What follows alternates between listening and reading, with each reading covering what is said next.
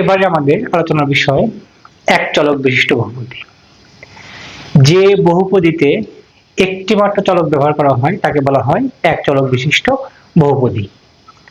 যেমন এখানে যে বহুপদীর উদাহরণ দেওয়া হয়েছে সেখানে কিন্তু শুধুমাত্র এক্স চলক ব্যবহার করেছি, তো এর একটা এক চলক বিশিষ্ট বহুপদীর উদাহরণ। এখন কথা হচ্ছে শুধুমাত্র এক্স দ্বারা কি এক চলক বিশিষ্ট বহুপদী হবে? না, শুধুমাত্র ওয়াই দ্বারাও এক চলক বিশিষ্ট বহুপদী হবে, শুধুমাত্র জেড দ্বারাও এক চলক বিশিষ্ট বহুপদী হবে। আমি শুধু উদাহরণ হিসেবে এখানে এক্স চলক বিশিষ্ট এক পদী বহুপদীর উদাহরণ এখানে দিচ্ছি আর কি। দেখো, এক চলক বিশিষ্ট বহুপদী কথার অর্থ কি? সাধারণত এক চলক বিশিষ্ট বহুপদীর প্রতিটি পদের format c x to the power p আকারের হয়। এখানে এক্স হচ্ছে চলক, এক্স এর উপর যে পি এটা হচ্ছে এক্স এর ঘাত বা মাত্রা, যা হবে অঋণাত্মক পূর্ণ সংখ্যা। অর্থাৎ আমরা জানি শূন্য সহ সকল ধনাত্মক এবং ঋণাত্মক অখণ্ড সংখ্যাকে বলা হয় পূর্ণ সংখ্যা। এখানে যেহেতু অঋণাত্মক পূর্ণ সংখ্যা, তাহলে ঋণাত্মক বাদ দিলে শূন্য সহ যে কোনো ধনাত্মক অখণ্ড সংখ্যা এখানে চলকের ঘাত বা মাত্রা হিসেবে থাকতে পারে। আর x to the power p এর সাথে যে সি আছে, সি হচ্ছে x to the power p এর সহগ, যাকে আমরা বলি ধ্রুবক, যা হবে এক্স বর্জিত একটি নির্দিষ্ট সংখ্যা, যা অর্থাৎ ধ্রুবক, যা শূন্য হতে পারে। এখন যদি এক চলক বিশিষ্ট বহুপদী হতে হয় তাহলে প্রতিটি পদের ফরম্যাট আমাদের c x to the power p আকারের হবে। এই কথার মানে কি? দেখো, আমি এখানে একটা এক চলক বিশিষ্ট বহুপদী লিখছি, যে এটা হলো প্রথম পদ। দেখো এখানে এক্স টু দি পাওয়ার 6, এখানে কি ছিল? পি, পি এর কাছে কি আছে? 6, এবং x to the power p এর সহগ ছিল কি? সি, এখানে সি হচ্ছে 2। আবার দেখো দ্বিতীয় পদ, এখানে এটাও কিন্তু এই শেপের, কিরকম? এক্স টু দি পাওয়ার 5, এখানে পি মানে কিন্তু 5 আর সি মানে হচ্ছে -3, অর্থাৎ প্রত্যেকটা পদ কিন্তু এই ফরম্যাটের। আর সাধারণত এক চলক বিশিষ্ট বহুপদীর প্রতিটি পদ c x to the power p ফরম্যাটের হয়ে থাকে।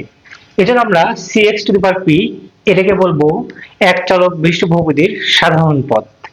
এখন c x to the power p যদি এক চলক বিশিষ্ট বহুপদীর সাধারণ পদ হয়, অর্থাৎ প্রতিটা পদ যদি এই c x to the power p format মেনে চলে, সেই ক্ষেত্রে দেখো পি যদি শূন্য হয় পদটা কি হবে? শুধু সি হবে। যেমন এখানে আমি একটা এক চলক বিশিষ্ট বহুপদী লিখছি, এখানে কিন্তু শুধু 5 আছে। মানে 5 আছে মানে কি? এখানে এক্স ছিল, এক্স এর পাওয়ার কত ছিল? শূন্য। আমরা জানি কোনো কিছুর উপর পাওয়ার 0 মানে কি? তার মান 1, তাহলে 1 এর সাথে 5 গুণ করলে 5। এখন এখানে বলা হয়েছে পি শূন্য হলে পদটি শুধু কি হয়? সি হয়। X to the power 0, P শূন্য মানে কি? এক্স এর যে ঘাত বা মাত্রা তা কিন্তু শূন্য, তাহলে কোনো কিছু পাওয়ার 0 মানে কিন্তু 1, তাহলে এটা যদি আমি এখানে নাই করে দিই, কারণ 1 এর সাথে 5 গুণ করলে 5 হবে, তো বলছে যে পি শূন্য হলে পদটি কি হবে? শুধু সি হয়, শুধু সি কিন্তু, কারণ এক্স টু দি পাওয়ার সব কিন্তু সি। আর সি শূন্য হলে পদটি বহুপদী কি থাকবে? অনুল্লেখ থাকবে। এই কথার মানে কি? দেখো এটা কিন্তু এক্স টু দি পাওয়ার 6, এখানে কি আছে? এক্স টু দি পাওয়ার 5, এখানে এক্স টু দি পাওয়ার 4। এখন দেখো এখানে কিন্তু এক্স টু দি পাওয়ার কিউবও নাই, এক্স টু দি পাওয়ার 2ও নাই, অর্থাৎ এই দুটি এক্স কিউব বা এক্স স্কোয়ার এটা না থাকার কারণ হচ্ছে এদের সহগ কি ছিল? 0। বলছে কি সি শূন্য হলে পদটি বহুপদীতে অনুল্লেখ থাকে। অবশ্যই এখানে x to the power cube এবং এক্স স্কোয়ার এর যে সহগ সি সেটা ছিল 0, যার কারণে এটা কিন্তু এই বহুপদীতে অনুল্লেখ আছে আর কি। সি কে x to the power p এর সহগ বলা হয়। যেমন এখানে x to the power p বলতে এক্স টু দি পাওয়ার 6 এর সহগ কত? 2, 2 কিন্তু সি। আবার এখানে এক্স টু দি পাওয়ার 5 এর সহগ কত? -3। এখানে এক্স টু দি পাওয়ার 4 এর সহগ কিন্তু -1। এখানে এক্স টু দি পাওয়ার 1 আছে, এর সহগ কত? 2। তাহলে সি কে আমরা কি বলবো? X to the power p এর সহগ বলবো আর কি। পি কে এই পদের মাত্রা বা ঘাত বলা হয়। অর্থাৎ জিনিসটাকে এভাবে ভাবা লাগবে, c x to the power p এটা কিন্তু মানে একটা বহুপদীর প্রতিটা পদের ফরম্যাট। অর্থাৎ পি কে এই পদের মাত্রা বলা হয়। যেমন এখানে প্রথম পদ, এই পদের মাত্রা কত? 6, এখানে দ্বিতীয় পদ, এই পদের মাত্রা কত? 5, এখানে তৃতীয় পদ, এই পদের মাত্রা কত? 4, এখানে চতুর্থ পদ, এই পদের মাত্রা হচ্ছে 1।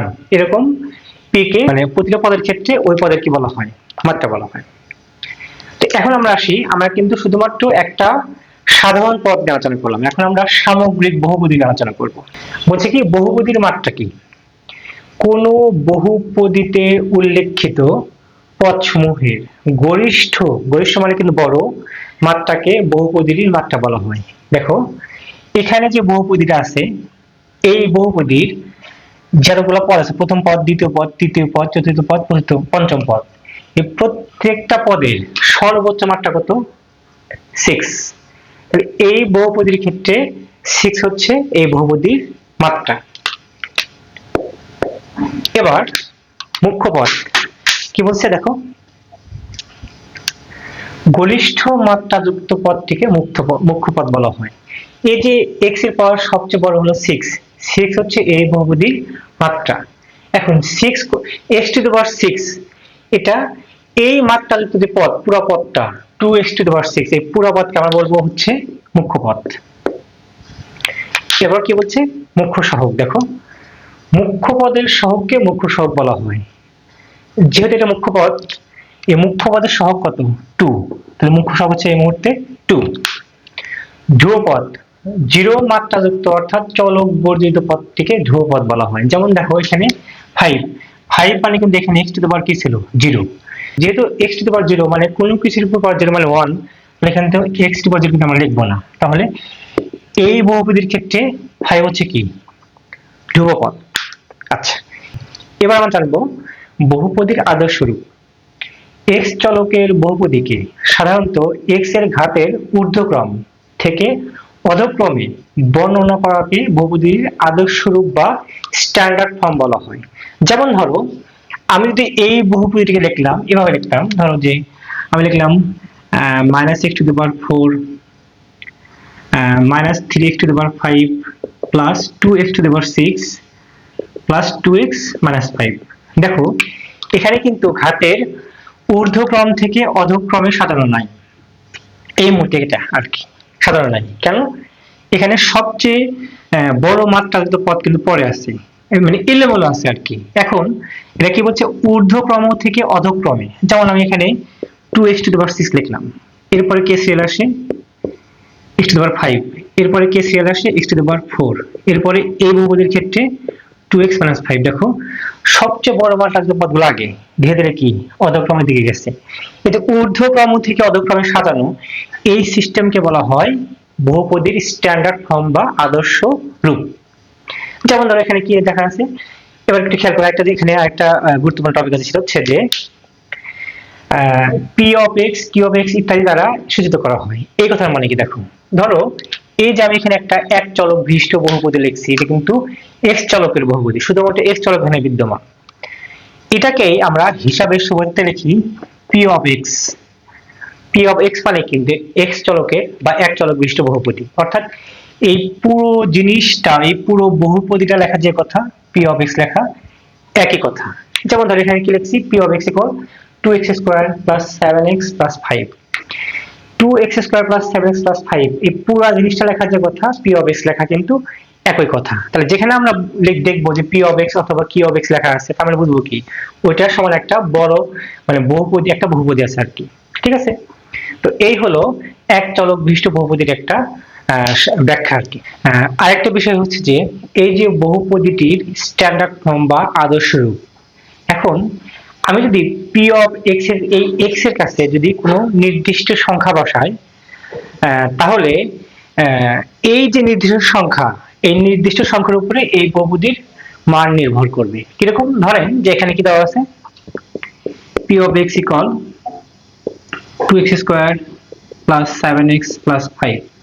এখন আমি যদি এখানে p of 2 বসাই, তাহলে 2 গুণন 2 স্কয়ার প্লাস 7 গুণন 2 প্লাস 5, তাহলে কত হবে? 2 গুণন 4, 4 গুণন 8 প্লাস 14 প্লাস 5, তাহলে আপনার হবে হচ্ছে 27। দেখেন এই যে আমি এখানে 2 বসাইছি, 2 বসাইতে পারি, 3 বসাইতে পারি, যে কোনো কিছু কিন্তু বসাইতে পারি। তাহলে এই যে 2 যে আমি এখানে বসাইছি এই বহুপদীতে, এই 2 এর উপর এই বহুপদীর মান নির্ভর করছে এবং সে মানটা কত আসছে? 27। তাহলে আমি লিখতে পারবো অতএব p of 2 equal 27। ওকে?